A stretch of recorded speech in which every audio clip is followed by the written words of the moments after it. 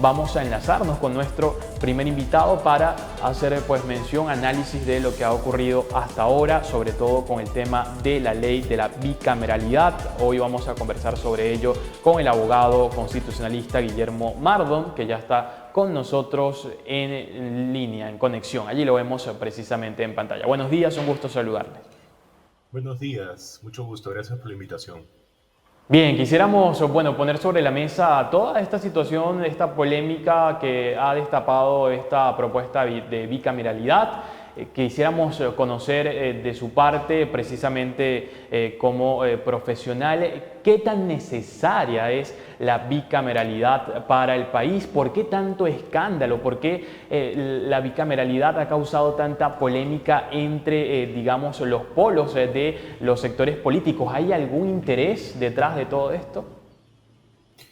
Bueno, en realidad hablamos de un grupo, bueno, se consiguió 86 votos, ¿no? Para retornar al tema de la bicameralidad. Entonces estamos hablando de una serie de congresistas que se oponen a ello. Yo creo que más bien estamos frente a casi un consenso dentro del Congreso de la República para retomar a lo que es tener una segunda cámara como lo tuvimos hasta el año 1992. Yo considero que es necesario. Considero que el proyecto tiene puntos muy interesantes. Se habla, por ejemplo, de que existirían 60 senadores. Ese número va a poder ser incrementado en función de una ley orgánica. Y recordemos, tenemos una población aproximadamente de 33 millones, población, ciudadanía, estamos hablando de aproximadamente 25 millones. ¿Y cuántos congresistas tenemos? Tenemos 130 congresistas. Si vemos a través de la región nos encontramos subrepresentados, ¿no es así? Lo que impulsaría esto es que existan 130 diputados y 60 senadores y en función del crecimiento poblacional esto pueda ir aumentando. Yo considero que es una propuesta válida, considero que es una propuesta acertada, pero necesita pues el consenso del Congreso. Y recordemos que este tema ha quedado en suspenso porque se ha dado una reconsideración, más allá de que ha existido una votación en donde ha faltado un voto para justamente buscar evitar un referéndum si es que se aprueba una segunda legislatura con la misma votación que se espera de 87 votos, ¿no? Quería justamente precisar, no se logró los 87 votos para que el Congreso decida por sí solo esta reforma tan importante, además como lo es la bicameralidad. Nos iremos entonces en este caso, en ese escenario que usted dice, pues al referéndum, y esta sería también una oportunidad, digamos, para avanzar también un sistema bicameral con legitimidad ciudadana. Eso es importante en este caso, escuchar la voz del pueblo. Ya, ojo, es importante. Ahorita el debate no se ha cerrado, porque la sesión quedó abierta en función que ahí hubo un pedido de reconsideración que fue aprobado. Es decir, se va a volver a votar esto. Y en esa votación lo que se va a buscar es alcanzar justamente los 87 votos para evitar que esto vaya a referéndum. ¿Por qué se evita que vaya a referéndum? La mayoría de la población, según las encuestas, no quiere pues más congresistas y el Congreso también a pulso se ha ganado el rechazo a través de una serie de medidas populistas, una serie de medidas administrativas pues que generan descontento en la sociedad. Sin embargo, en este caso específico, el caso tan técnico de regresar a tener una segunda cámara, una cámara revisora, yo creo que sí es importante.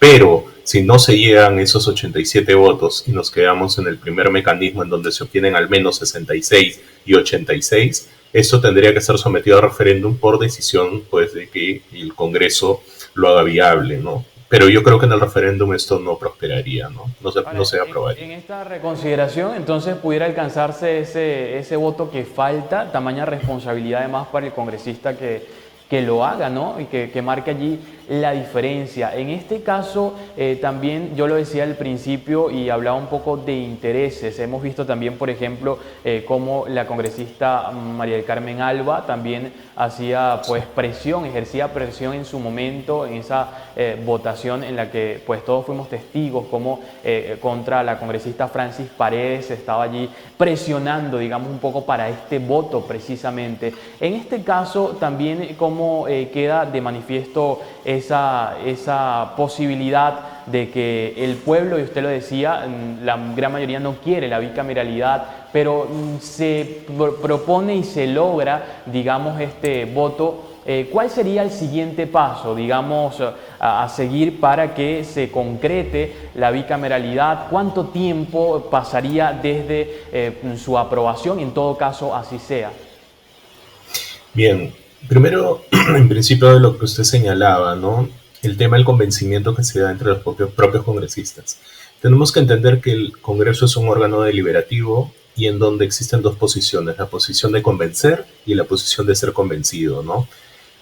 Hemos visto que hay congresistas pues que a veces pues se toman la cosa de manera apasionada, la política pues es apasionada, ¿no? En el caso de la señora Alba, que ha sido es bastante criticada, pero el hecho es que tienen que existir esos consensos. Luego de que se ha votado este pedido de reconsideración, se tiene que dar un pleno, y en ese pleno se tiene que volver a votar la propuesta de modificación. Estamos hablando de modificar alrededor 53 artículos, ¿no?, dentro de la Constitución. Bien, en cuanto a su segunda pregunta, ¿qué es lo que pasaría? Se tiene que alcanzar para evitar el referéndum al menos 2/3 del número legal de congresistas. Estamos hablando de 87 votos, les faltó un voto. Entonces, supongo que estarán pues en este momento tratando de convencer a las personas que estaban indecisas, o quienes estaban en contra, pues tratarlas de pasar al bando a que se encuentren a favor. La Constitución nos habla de que hay un mecanismo de reforma en donde se obtienen, como les dije, al menos 2/3 del número legal de congresistas, 87 votos, en 2 legislaturas ordinarias sucesivas. Quiere decir, esta legislatura está terminando ahora y tendría que intentarse en una nueva legislatura que empezaría en agosto, ¿no? Entonces podemos tener de repente en septiembre, en octubre, una nueva votación en función de este proyecto de reforma constitucional que ha propuesto la Comisión de Constitución, ¿no? Para evitar el referéndum, es lo que quiero decir. Porque también se puede dar el escenario que luego que se vote luego de la reconsideración se va a volver a votar, pero no se alcanzan los 87 votos y esto tiene que ser sometido a referéndum, pues, ¿no? Ahora, quisiera preguntarle, porque algunos políticos, digamos, pudieran manipular la información, si es viable o no es viable. ¿Por qué han visto la necesidad de una bicameralidad? ¿Qué está fallando, digamos, en el seno del Congreso? Bueno, recordemos que históricamente, por ejemplo, un tema histórico, pero eso nos permite entender que las cosas han funcionado en su momento con la debida preparación y con un trabajo serio. En el año 87, el señor Alan García, que fue presidente de la República, quiso estatizar la banca, es decir, quiso coger pues los ahorros de las personas que tenían en el banco y que pasen a manos del Estado. Gracias a la Cámara de Senadores, eso se evitó. En el año 92, con un populismo, bueno, con la disolución del Congreso y con la instauración del Congreso Constituyente Democrático que hizo la Constitución del año 93, tenemos pues en nuestra Constitución un Congreso unicameral. Se pensó y se habló mucho de que se gastaba mucho y un tema populista, ¿no?, que nos ha cobrado factura. ¿Por qué debería existir una Cámara de Senadores? Y es la importancia que radica en la función de revisión, ¿no?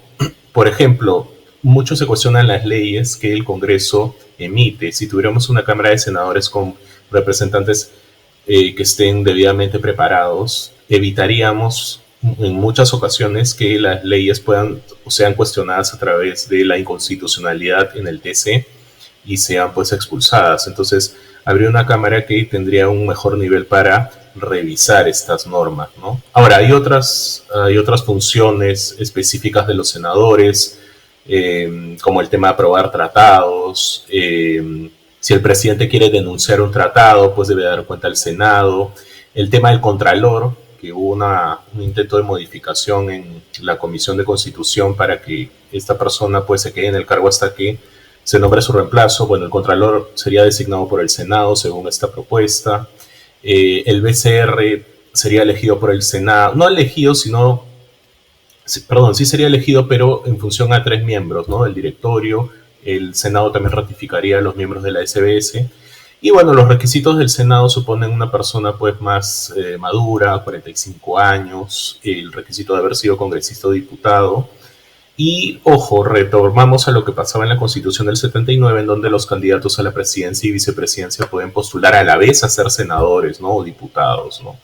Eso se eliminó, pero sería interesante haber un candidato a la presidencia que llegue al Senado por el manejo político que puede tener. Bueno, y la Cámara de Diputados es una cámara específica en donde se va a encargar de fiscalizar, se va a encargar de la dación de leyes en específico.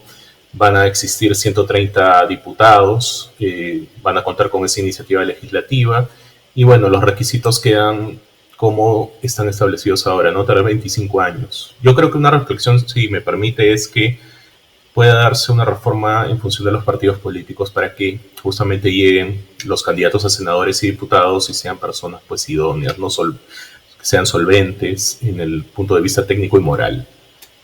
Muy importante en análisis lo que está diciendo, y tengo dos preguntas ya para ir culminando. Bueno, la primera, también se habla mucho de ese presupuesto estatal que para algunos no les parece, están en desacuerdo, después también de estar, por supuesto, observando frente a casos de corrupción, mochasueldos en el Congreso de la República. Este presupuesto estatal realmente pues estaría abocado a este cambio, a esta reforma, y qué tan positivo sería en este caso. Esa es la primera pregunta, si me la puede responder, y por supuesto ya para finalizar le hago la última. Bueno, en el tema de presupuesto, claro que habría un incremento, ¿no? Pero se podrían dar una serie de ajustes, por ejemplo, replantear muchas cosas que están sacando ahora los periodistas en función de los congresistas, ¿no? Y que lamentablemente, pues, hay gastos administrativos que podrían ser recortados, ¿no? Ahora, también tenemos que tener en cuenta que el Congreso es un órgano impopular por excelencia, eso no debemos perder de vista. Pero sí, claro, habría un incremento presupuestal, pero sería, yo creo que una inversión a futuro, en función de evitar eh, la problemática desde el punto de vista político, la incertidumbre de que se tengan normas tan mal hechas o existan procedimientos pues también mal realizados y que nos cobra factura en función de dinero y también de tiempo, ¿no? Entonces yo creo eso.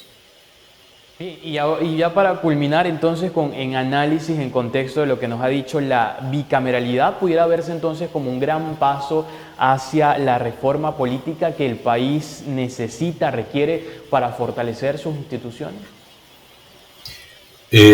Sí, esto no quedaría solamente con el tema de la bicameralidad, hay que pensar en muchas otras reformas como usted señala, porque si seguimos con las mismas reglas de juego en puntos específicos, como las relaciones ejecutivo y legislativo, va a suceder lo que ha pasado en los últimos 5 años, ¿no? Con un enfrentamiento pues terrible entre los dos grandes poderes, hablo del ejecutivo con el legislativo, y la gobernabilidad pues sería bastante complicada, ¿no? Tenemos que pensar a futuro. Este es un buen cambio, debería de darse y deberíamos tener también otros cambios que podríamos analizar.